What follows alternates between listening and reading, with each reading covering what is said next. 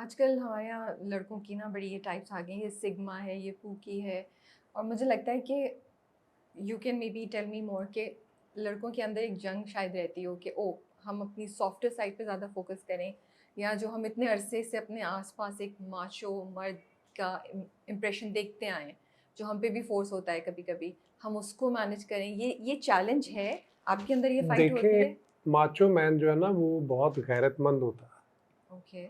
और उसकी गैरत सिर्फ अपने घर से शुरू नहीं होती कि अपनी फैमिली को और अपने जो फीमेल हैं उनको बाउंड कर दे, तो बाहर निकल के वो दूसरों की बहनों को देखे जाके।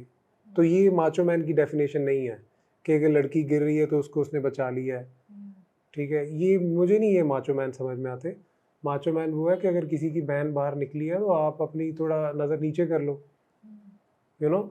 इस तरह के, अगर कोई बूढ़ा बंदा है उसको उसकी हेल्प कर दो, या कोई जो बेसिक चीज़ें पढ़ी थी बुक्स में।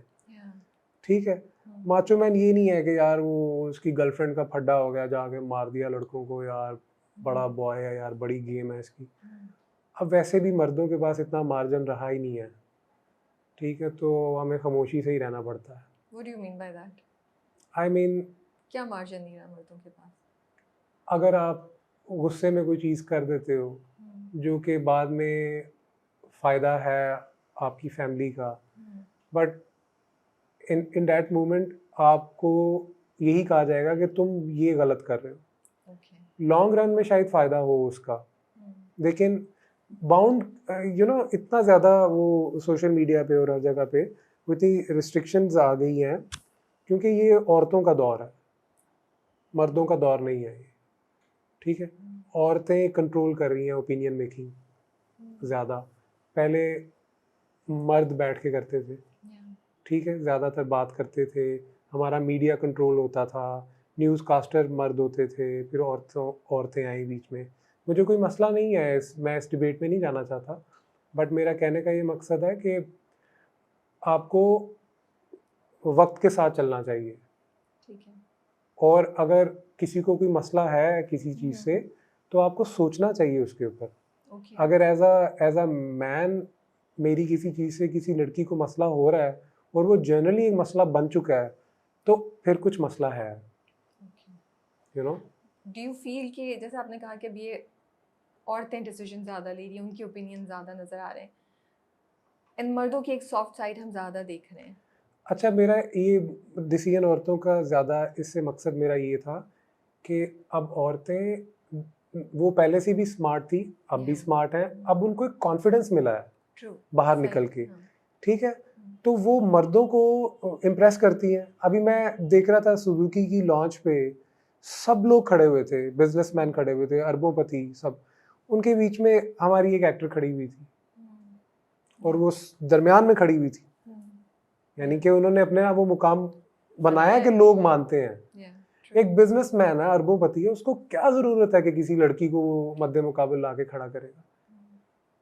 उसने वो चीज़ अर्न की है कि वो वहाँ पे थी। तो इसका मतलब है कि इक्वालिटी भी है और सुपीरियॉरिटी भी है कहीं पे।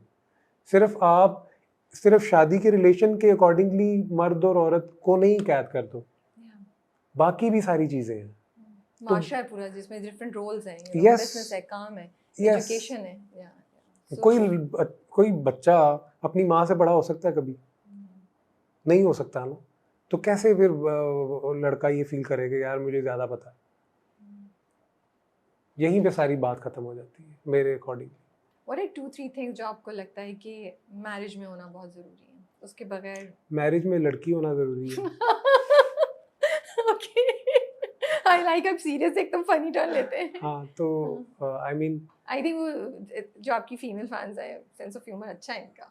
अच्छा, नहीं, तो आई सही। Like this, you know. तो अच्छा, मैरिज में मुझे लगता है जो दो फैमिलीज है ना, उनका बॉन्ड बहुत अच्छा होना चाहिए, बड़ा स्ट्रांग बॉन्ड होना चाहिए, क्योंकि शादी लड़के और लड़की का नहीं है, ये दो फैमिलीज की अटैचमेंट है, एसोसिएशन है, एक जॉइंट वेंचर है। क्योंकि एक पॉइंट पे ऐसा आता है लड़का और लड़की आपस में एक दूसरे से लड़ते हैं और ईगो इश्यूज आ जाते हैं, पर्सनैलिटी क्लैश आ जाते हैं, तो उसमें फिर वो फैमिलीज रोल प्ले करती हैं। तो जिन फैमिलीज, जिन रिलेशनशिप्स में, जिन मैरिजेस में वो फैमिलीज क्लोज नहीं होती, फिर वो कपल सफ़र करता है। तो एक तो ये चीज़ होगी कि आपकी फैमिलीज़ की बॉन्डिंग बहुत अच्छी होनी चाहिए, दूसरा रिस्पेक्ट होनी चाहिए, और जो लड़की जिस हालात में थी अपने घर में, एटलीस्ट आप उससे थोड़ा सा बेहतर कर सको उसके लिए। ठीक है, ये that's तीसरी very चीज़ nice. बहुत ज़रूरी है।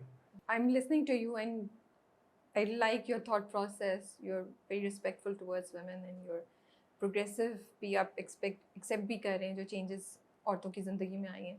But as a man, do you feel कि कहीं ना कहीं कुछ मर्दों की चीज़ें पीछे रह रही हैं, या आपको लगता है ये बाय प्रोडक्ट है इस प्रोसेस का, वो ओवर द टाइम ठीक हो जाएगा? कहीं हम भूल रहे हैं मर्दों को कहीं और औरत के आगे जाने में? देखें, आज भी जब एक बंदा घर में पैसे लेके आता है तो औरत खुशी होती है ना, Yeah. उसको ये तो नहीं कहती कि कहाँ से लाए हो, क्या किया है। ठीक है, आज भी अगर कोई लड़का अपनी बीवी को लेके जाता है खाने पे, तो वो खुश होगी उससे। Yeah, true. तो कहाँ पीछे रह गया? खाना उसको मिल रहा है घर पे। ठीक है, हाँ एक चीज़ है, हम लोग ना एक चीज़ में सफ़र करते हैं, जो हमारा एक ट्रॉमा है या हमारी एक इमोशनल साइड है। इतनी तेज़ ज़िंदगी हो गई है पैसे कमाने में और नाम बनाने में, उसका टाइम नहीं मिलता कि आप अपने पार्टनर से वो चीज़ें शेयर करो। Okay. मुझे लगता है वो चीज़ पीछे रह गई और इसको एप्रिशिएट भी नहीं किया जाता कि, और वाकई ये चीज़ बंदा सफ़र करता है, एक मर्द को भी तकलीफ़ होती है, Yeah. तो रोना आता है उसको भी। तो अगर आप रो दोगे तो आप कमज़ोर हो, अगर आप रोने की फीलिंग को छुपा के किसी पे गुस्सा करोगे तो आप बदतमीज़ हो। तो कहाँ क्या करें फिर आप, तो वहाँ पे फिर इम्पोर्टेंट रोल प्ले करता है मर्द की ज़िंदगी में उसके दोस्त, जो सुनते हैं आपको बैठ के, मशवरा भी नहीं देते, सिर्फ सुनते हैं आपको। True. तो आपको ना मर्दों को बड़ा प्रेजेंटेबल रहना पड़ता है औरतों के सामने। डोंट यू थिंक कि अब ये चीज़ चेंज हो रही है? आज की लड़की जो है वो ओके है कि उसका जो पार्टनर है या अब बहुत मर्द अच्छा हो उसके गया, सामने रोए? She's अब बहुत okay. अच्छा हो गया, हाँ. अब बहुत अच्छा हो गया। लेकिन अगर आप इस चीज़ पे कॉन्फिडेंट रहोगे कि मैं अपनी बेगम के साथ एक दफ़ा रो चुका हूँ, तो फिर सही है। लेकिन अगर आपको लॉन्ग रन में चीज़ अफेक्ट करे कि यार इसने मेरी इमोशनल साइड देख ली है and I am the one जो कि मुझे इसको सपोर्ट देनी है, तो मैं तो खुद रो देता हूँ उसके सामने। तो मुझे लगता है कुछ चीज़ों में ना मर्द बोलते हुए आपको फील होता है, मर्द आपकी Okay. बॉडी के अंदर ना एक वो एनर्जी आती है। तो इसका मतलब क्या है कि आपने प्रेजेंटेबल रहना है ना चाहते हुए भी। क्या फ़र्क पड़ता है? जैसे मैं अपनी अम्मी के सामने प्रेजेंटेबल रहता हूँ कि मैं खुश हूँ, सब चीज़ें अच्छी हैं, खाना भी खाया, जिम भी गया हूँ, सब खुश खुश है। क्यों नहीं कर सकता यार आप?